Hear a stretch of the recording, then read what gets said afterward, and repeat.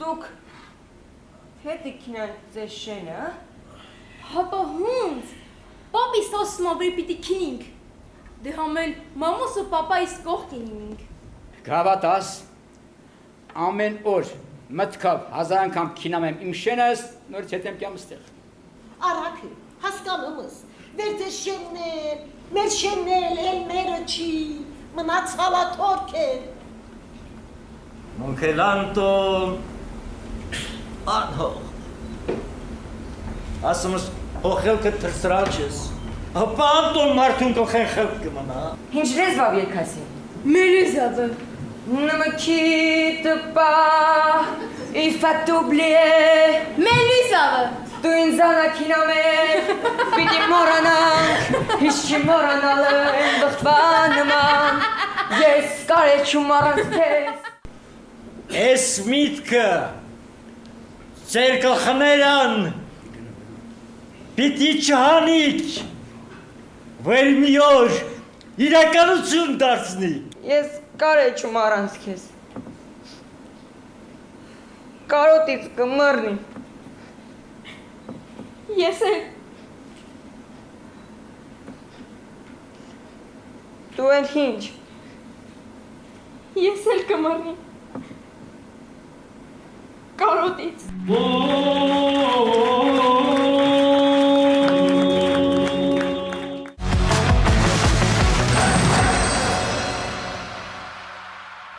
Հարգելի հեռուստադիտողներ, մենք վերադարձանք, շնորհակալություն, որ մեզ հետ եք։ Ապրիլի 22-ին Հովհաննես Թումանյանի անվան ազգային տիկնիկային թատրոնում տեղի ունեցավ Կարինե Քոչարյանի Սարիցային կողմ ներկայացման առաջնախաղը, որին ներկա ենք նաև մենք։ Հաջորդ ներկայացումը տեղի կունենա մայիսի 5-ին, իսկ մինչ այդ կզրուցենք մեր ֆանտաստիկ հյուրերի հետ, ներկայացման ռեժիսոր, Նյու Յորքի Սփյուռքի ձայնը հեռուստածրագրերի հիմնադիր տնօրեն, Ամերիկայի ձայնը հեռուստաալիքի նյույորքյան թղթակից Կարինե Քոչարյան, լույս առավոտի, դերակատարներ Գևորգ Ստեփանյան, Ջորջ Դունայանցի անվան 154 հիմնական դպրոցի աշակերտ եւ Էդիտա Բաբայան, Երևանի թատրոնի եւ կինոյի պետական ինստիտուտի ուսանողուհի։ Բարի լույս։ Լույս առավոտի։ Շնորհակալ ենք, որ առավոտը կիսում եք նախ մեզ հետ։ Մտքերով արի գնանք ապրիլի 22, նախ փոքրիկ բողոք ու խնդրանք ունենք, մենք միշտ ենք ունեցել ցավոք սրտի այդ բողոքը ու միշտ էլ մենք ասել ենք, սա որերորդ թվով ներկայացումն է, որին մենք ներկա ենք լինում Անահիտի հետ ու ցավոք սրտի մեր հանդիսատեսը չի հասկանում մի բան, որ հեռախոսները պետք է անջատված լինեն եւ ողջ ներկայացման ընթացքում ինչը խանգարում է նաեւ դերասաններին, մենք վայելում ենք մեր հանդիսատեսներից մի քանիսի նոր ընտրված իրենց սմարթֆոնների զանգերը, որոնք ամբողջությամբ լսեցինք, վայելեցինք, հետո նոր անջատեցին։ Որովհետև այդ կախարդանքը կոտրվում է, որովհետև դու գանք պետք է սահմանվի նույնիսկ։ Ինչ լավ է, որ ես չեմ լսել, որովհետև ես առածել կուլիսներում կանգնած շատ նրվային էի, դել որ լսեի, չգիտեմ ինչ կլինի։ Բայց այնքան տպավորիչ է ներկայացումը, որ դա էլ նույնիսկ մեզ չխանգարեց։ Շնորհակալություն ձեզ ու ես հիշում եմ, երբ որ մենք ներկայացումից դուրս էինք գալիս դահլիճից, չկար գետ մեկը, որ թաց աչքերով դուրս չգար։ Ես հիմա նույնիսկ անկեղծ չգիտեմ ինչից սկսեմ ու պարտավոր եմ հիմա մի փոքր ավելի սառը վերաբերվել այս ամենի, որովհետև նույնիսկ զրույցի ընթացքում կարող եմ կրկին հուզվել, կրկին ձեզ տեսնելով հիշելով Տիգրանի խաղը, կերպարային Տիգրանի խաղը, թե ինչպես էր նա իր շատ սիրելի աստղիկից ցավոք սրտի հրաժարվում ու ունենք թե շատ պատմություններ, ինչպես էր Անուշը, միջև վերջին վարկյանը համոզված, որ կգա Արամը։ Լավ, եկեք սկսենք ամենասկզբից, ինչպես այս ահռելի մեծ աշխատանքը կատարեցիք, ինչպես հասանք այս ամեն ինչի, որը դարձավ ներկայացում։ Նախ ասեմ, որ սա իմ առաջին աշխատանքը չի, որ ես սա անում եմ Արցախի դերասանների հետ։ Ես պատերազմից հետո անմիջապես 5 ամիս հետո գնացել եմ Արցախ, բեմադրել եմ Նարինե Աբգարյանի Երկնքից 3 խնձոր ընկավ ներկայացումը, այն ժամանակ Բահրամ Փափազյանի թատրոնի հետ իրենց տարել եմ 11 ներկայացումով Հայաստան, հետո Բելգիա, Ֆրանսիա, Գերմանիա, Ավստրիա, հետո Ռուսաստան, Մոսկվա եւ հետո Միացյալ Նահանգներ եւ Միացյալ Նահանգներ, Նյու Յորք, Նյու Ջերսի, Վաշինգտոն, Ֆիլադելֆիա եւ հետո Լոս Անջելես, այսինքն խումբը ինձ մոտ հարազատ էր։ Ես անկեղծ ասած այդքան էլ միտք չունեի նորից անդրադառնալ այս թեմային, բայց մի բան ինձ սկսեց շատ հուզել, ընդվզում առաջացավ մեջս։ Այն, որ մենք այդքան մեծ ցավով Արցախը կորցրել ենք ու մեզ թվում էր, որ նա պիտի մնա մեր մտքում, մեր սրտում եւ այլն, եւ հանկարծ տեղի ունեցավ մի բան, որ Արցախ անուն տալը նույնիսկ տաբու դարձավ։ Եվ մարդիկ սկսեցին խուսափել Արցախի մասին խոսելուց, սկսեցին, եւ ես որպես արվեստագետ զգացի, որ ես չեմ կարող։ Ես պիտի ինչ-որ մի բան անեմ, հակառակ մի բան անեմ։ Եվ դրա համար էս միտքը առաջացավ եւ այն 6 ամիսները, որ ես պատերազմից ուղիղ 5 ամիս հետո գնացել էի Արցախ եւ ապրել էի այնտեղ, հանդիպել էի շատ մարդկանց, որոնք էլ եղան իմ ներկայացման պրոտոտիպները, նախատիպերը։ Սրանք կերպարներիցս մեծ մասը, պապիկը, որին ես հանդիպել եմ իսկապես, այնտեղ բերել էին ծերանոցում, պահում էին, ուզում էր գնալ Անթատիրա գյուղը, անվասայլակի վրա նստած մարդը, որը Շոշ գյուղում էր ապրում, Շուշիի հենց տակը, ու ասում էր, որ մի հոգի մնա, ես եմ լինելու Արցախում։ Մի խոսքով կերպարներին խանութպանը ես հանդիպել եմ այդ կերպարներին, եւ այդ կերպարները իմ մեջ էին մնացել։ Եվ երբ որ ես մտածում էի ինչ բեմադրել, ես զգացի, որ ես կարող եմ գրել։ Ես կարող եմ գրել այս մարդկանց մասին, որոնք կլինեն, ինչպես ինձ հանդիսատեսից մեկը ասեց, որ այնքան բնական, այնքան բան էին, որ մոռացանք, որ թատրոնում ենք։ Մեզ թվաց, որ հիմնական պատճառը դա էր, որ ուզեցի որպես արվեստագետ ես 32 տարի Նյու Յորքում եմ ապրել եւ այնտեղ բազում ներկայացումներ եմ արել, բեմադրություններ տարբեր եւ այլն, բայց այս անգամ ես ուզեցի որպես արվեստագետ ես իմ ձայնը թատրոնի միջոցով եւ երբ որ պապիկը ասում է, որ պիտի շարունակեք ապրիք ու մտածեք Հադրութն ու Շուշին ոնց է դերիք։ Մեկը քմծիծաղա տալի ասում է, հավատում չեք, այս միտքը ձեր գլխներան պիտի չհանիք, որ մի օր իրա։ Հիմա լսողները կարող ասեն, ինչ ուտոպիա է, ինչ, բայց մենք պարտավոր ենք մեր երեխեքին ոչ թե դպրոցից, մանկապարտեզից դաստիարակել, ինչպես որ նրանք են անում։ Այդ երիտասարդները, որ մտել էին Ստեփանակերտ, ադրբեջանցի ու երջանիկ են, իրենց թվում է իրենց հողն են հետ բերել։ Մենք պիտի դրա համար ես որոշեցի սա անել, դրա համար ես մտահոգությունը եկավ։ Հարցս ուղղեմ ձեզ, որպես դերասանուհի ամենաէմոցիոնալ պահը ներկայացման մեջ որն էր ձեզ համար։ Ինձ համար սկզբից միջև էր դժվար էր, ամենասկզբից, բայց ամենաէմոցիոնալը վերջն էր, երբ արդեն հայտնվում ես այդ պահին ու հասկանում ես, որպես դերասանուհի էլ դու հասկանում ես, որ վերջ հույսը կա ու այդ պահին դու մտածում ես, որ իրոք կան այդպիսի կերպարներ, որ միջև այսօր են հավատում ու դեռ այդ վերջը դեռ չի եկել, բայց իրանք հավատում են ու եթե ես մի ժամից ավել եմ այդ հույսով ապրում, խաղում, մարդիկ տարիներով են այդ ամեն ինչը հաղթահարում ու մեկ է միջև վերջ սպասում են իրանց այդ հույսին, դրա համար ամենաէմոցիոնալը հենց այդ վերջի պահն էր ինձ համար։ Գևորգին հարցս ուղենք, ես ամբողջ ներկայացման ընթացքում նայում էի, ինձ թվում էր, որ Գևորգը չգիտի, որ ինքը բեմի վրա է, ինձ թվում էր, որ ինքը հենց Տիգրանն է, ինքը խաղում էր այնպես, որ եւ խորը սիրահարված, այն որ բնական, նույնիսկ շնորհակալություն այդ ներկայացման ընթացքում պահեր կային, որ կարիք ունենք յուրաքանչյուրս մի պահ ծաղելու, մի պահ թեքվելու, թե երբ որ նա երգում էր, թե երբ որ հումորներ էր անում, Թերեզան ասում էր, ինչ ասում ես, դու ասում ես, որ գիտնականները կամ կարդացել ես ինչ որ տեղից, կարծում անկախ ամիջից շատ դժվար էր, արդյոք սա ձեր դեբյուտային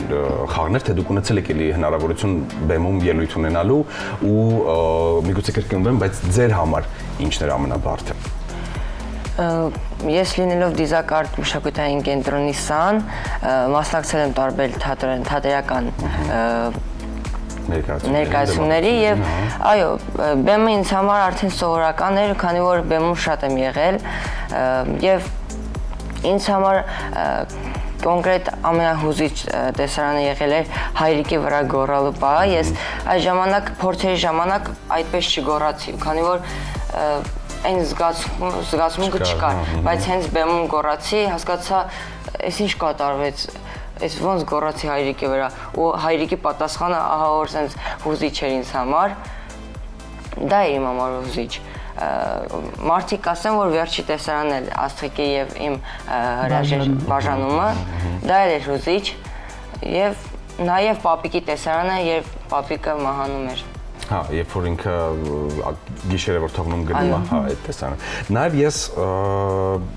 արտահայտություններ մտքեր շատ էին, որոնք կարելի էր առանձնացնել, բայց շատ խրատական մտքեր կային, օրինակ մենք կլինենք ամենաուժեղը, մեզանից բայց կվախենան, բայց չեն սիրի։ Սա շատ խորիմաստ միտք է, որովհետև այո, այսօր դու կարող ես լինել ուժեղ, բայց դա չի նշանակում, որ քեզ սիրելու են։ Ու նմանատիպ մտքերը շատ էին ու մտածելու տեղ տալիս էին յուրաքանչյուրիս ու կարծում դալիճում յուրաքանչյուր ոք շատ էր մտածում այդ մտքերի շուրջ։ Դա եւս Արցախի ազդեցությունն էր, այդ մարդկանց կյանքի ազդեցությունն էր, թե առհասարակ ձեր գործունեության ընթացքում շփում եւ կապ ունենալով նման դժվարություններ անցած մարդկանց հետ ինչու՞մն է գաղտնիքը։ Ընդհանրապես արտահայտություն կա, ասում են ռեժիսորան հասուն մարդու արվեստ է։ Ես ինքս եղել եմ դերասանուհի Սունդուկյան թատրոնի երկար տարիներ, դրանից առաջ Գյումրի թատրոնում, մինչև Ամերիկա գնալս, հետո Նյու Յորքում վերցրեցի ռեժիսորական կուրսեր։ Գիտեք, ես գրելուց ես հասկանում եի, որ շատ ֆրազներ, որ ես գրում եմ, դրանք արդեն ոնց որ իմ մեջ արդեն այս տարիքից հասած մի տեսակ sense լցված ֆրազներ են, հասունացած ֆրազներ են, էլի, որ դուրս էին գալիս այդ վարքյանը։ Ես հիմա որ ես հետո որ ներկայացումը փորձեր ենք անում, ես մոռացել եմ, ասում եմ, ես եմ այս բաները գրել, երբ եմ գրել, ինչի ազդեցության տակ, ապրած կյանքի ազդեցության տակ։ Տարբեր մարդկանց շփվելու, տարբեր երկրներում մարդկանց շփվելու, այդքան տարի ապրելով Սփյուռքում, Նյու Յորքում, մի խոսքով ներկայացումը դիտելու ընթացքում նաև ես մտածում էի, որ ամբողջությամբ ապրումակցում է լինելու, ամբողջությամբ կրկին վերապրելու ենք մտքելով գնալու ենք 2020 այդ դժվար օրերը, ժամանակները, բայց ինչն էր հետաքրքիր, ամեն մի դրվագ նաև ուղեկցվում էր նոր շունչով, նոր հույսով, այսինքն Անուշը չէր կորցնում այն հույսը, որ կհայտնվի Արամի վերջո։ Տիգրանը ամեն կերպ բոլորին էր դրական էներգիա տալիս, լավատեսությամբ էր ոգեշնչում բոլորին, որ ամեն ինչ լավ է լինելու, ես ու Թերեզան միասին ենք լինելու Աստղիկը, Թերեզան մեր գործընկերն է, վաղ իրար գործին դրա համար հիշեցի, բան պիտի ասում Թերեզային։ Ինքն ու Աստղիկը, որ ամեն ինչ շատ լավ է լինելու։ Արաքել պապը, ճիշտ եմ, Արաքել պապը, ով անկախ ամեն ինչից գիտեր, որ այն Սարը տեսնում ես, չէ, այն Սարի ետևում իր տունն է, նա միևնույնն է վերադառնալու է։ Ու ներողություն, հազար ներողություն, ես սիրում եմ Արաքել պապու այն ֆրազը, անկախ նրանից ով է գրել, որ ասում է ոչ մեկը չդարտակա իմ նման, որ գնամ իմ շենի մեջ ապրեմ, ում եմ վնաս տալու, որ գան ինձ ինչ անեն։ Ինձ թվում է սա իր կերպարի ամենազգայուն կետն է, որ մարդ ասում է գնալու եմ մի քիչ ապրեմ, կընկանս կողքին թաղվեմ։ Իդեպ նաև կային դերասաններ, ովքեր որ հենց Արցախի դերասաններին ճիշտ գիտենք, թե բոլորը արցախցի են։ Գևորգը Հադրութից է, հենց խոսում է Հադրութի մասին, Հադրութից է։ Իմիջիալոց ես իրանց ասեցի, որ իրանք կարող են իրենց լեզվով խոսել մեր հաղորդման մեջ։ Էդիտան արցախցի է, բոլորը արցախցի էին, բոլորը։ Եվ այդ շունչը զգացվում էր իսկապես։ Այդ դրանում էր ամբողջ գաղտնիքը իսկապես, որովհետև երբ մենք ամենասկզբում ընթերցում էինք անունները, ես ինձ թվաց մի քանիսն էին Արցախի դերասաններից, բոլորն են։ Շնորհակալություն եմ ուզում ձեզ ասել այդ էներգիայի, այդ շատ բարդ աշխատանքի համար, որովհետև իսկապես այլ է, երբ որ դերասանները նոր կարծես ինչ-որ ծրագրին են ծանոթանում, չէ, նոր սցենարին, ինչը իրենց համար նոր է, պետք է հասկանալ, մարսել, բեմադրել, ընկալել։ Այստեղ իմ կարծիքով այդ խնդիրը չեք ունեցել, որովհետև վերապրած պատմություն։ Նույնիսկ սցենարը այսպես երևի շրջել է։ Ես ձեզ ուրիշ բան ասեմ, ես շատ էի ուզում, որ Մարատ Դավթյանը գար մեր այս հաղորդմանը, բայց ինքը հրաժարվեց ամբասայլակի վրա նստած դերասանի մասին է խոսքը Ավոյի։ Ինքը հրաժարվեց, ասեց, որ ես մինչև հիմա ասես դեռ խելքի չեմ գալիս, ընտորում ինքը մի քանի պատերազմների մասնակցած է եւ այո, եւ առաջին Արցախյանի ժամանակ ինքը իսկապես 17 տարեկան է եղել, որ մասնակցել է եւ երկու բանի, մի խոսքով շատ ասեց չեմ կարող նորից նստեմ ու դրա մասին խոսեմ, դեռ մինչև հիմա խելքի չեմ գալիս, այնպես որ այո, իրենց համար սա բան էր, իրենց կյանքն էր, իրենց ապրածն էր։ Դուք ամենասկզբում ինչպես նշեցիք, որ շատ յուրահատուկ երիտասարդություն մենք ունենք ու ես վստահ եմ, որ հենց այս երիտասարդության, այս նոր սերնդի շնորհիվ մենք շատ ու շատ հարցեր այլ թեկությամբ, այլ ուղղությամբ ենք տանելու ու այդ հարցերին լուծում կտանք ցավոք սրտի, չնայած իրենց ուսերին թողնելով այս պահի դրությամբ ամենադեպս մեծ բեռ ենք թողնում, մեծ խնդիր ենք թողնում ու շատ հարցերի առաջ իրենց ենք կանգնեցնում, ինչը մենք պարտավոր էինք չանել։ Շնորհակալություն ձեզ, ուզում եմ եւս մեկ անգամ հիշեցնենք, իհարկե, ուզում եմ առիթից օգտվել նախ շնորհակալություն հայտնել Հայ բարեգործական ընդհանուր միությանը, Նյու Յորքի մասնաճյուղի, որը հովանավորել է մեր ներկայացումը, եւ նաեւ Դիզակ արվեստի կենտրոնին, ինչպես Գևորգը ասաց, որովհետեւ այնտեղ էր իրենց դռները բացեցին եւ մենք քանի ամիս մեր փորձերը այնտեղ էինք անում։ Մենք բեմի վրա փորձ ենք ունեցել ընդամենը 2 օր։ Մնացած ժամանակ սենյակային կարող եմ ասել, այսպիսի պայմաններում ենք փորձեր արել եւ ուզում եմ հատկապես եւ ասեմ, որ Դիզակը հրաշալի գործ է անում երեխաների համար։ Վաու, բայց տպավորությունն է, որ դուք 100 տարի միմյանց ճանաչում եք, չգիտեմ։ Տենց էլ կա։ Դե ինչ, եւս մեկ անգամ հիշեցնենք, ապրիլի 22-ին Հովհաննես Թումանյանի անվան ազգային Մայիսի 5-ին, ապրիլի 22-ը հասկանում եմ ձեր մեջ տպավորվել է։ Ու վստահ յուրաքանչյուրի մեջ է տպավորվելու մայիսի 5-ը արդեն այս անգամ Հովհաննես Թումանյանի անվան ազգային տեխնիկային թատրոնում Կարինե Քոչարյանի Սարից այն կողմ ներկայացումն է։ Ես ուղղակի չեմ պարտադրում, չեմ խնդրում, բայց յուրաքանչյուրս պարզապես կարող են գնել տոմսը, կրկին գնալ ներկայացմանը եւ ես էլ դեմ չեմ լինի եւս մեկ անգամ գնալու, որովհետեւ ամեն անգամ նորովի նոր շերտեր, նոր բացահայտումներ, նոր հարցեր, նոր բաներ եմ նկատելու, ֆիքսելու, վստահ եմ։ Ու հանդիսատեսը որը կլինի մայիսի 5-ին կրկին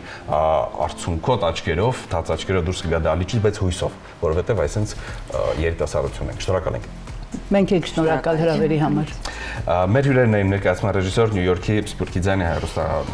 ծրագրի հիմնադիր տնօրեն Ամերիկայի ձայնը հեռուստաալիքի Նյու Յորքյան թղթակից Կարինե Քոչարյանը, դերակատարներ Գևորգ Ստեփանյանը, Ջորջ Դունանյանցի անվան 154 հիմնական դպրոցի աշակերտ եւ Էդիտա Բաբայանը, Երևանի թատրոնի եւ կինոյի պետական ինստիտուտի ուսանող, տաղանդավորներ։ Շնորհակալ ենք։ Մենք ձեզ մեծագույն հաջողություններ ենք ցանկանում եւ շնորհակալություն, որ առավոտը կիսեցիք մեզ հետ։ Այո, իսկ վաղվա առավոտը չեք մոռանում կրկին հասկացել կենտրոն հեռուստաընկերության հետ, որովհետեւ եթե ուզում եք լինի առավոտը դրական, դինամիկ, հավեսով, լավ տրամադրությամբ եւ կարևոր թեմաների շուրջ միանշանակ պետք է միանալ մեզ։ Կհանդիպենք վաղը 9:30։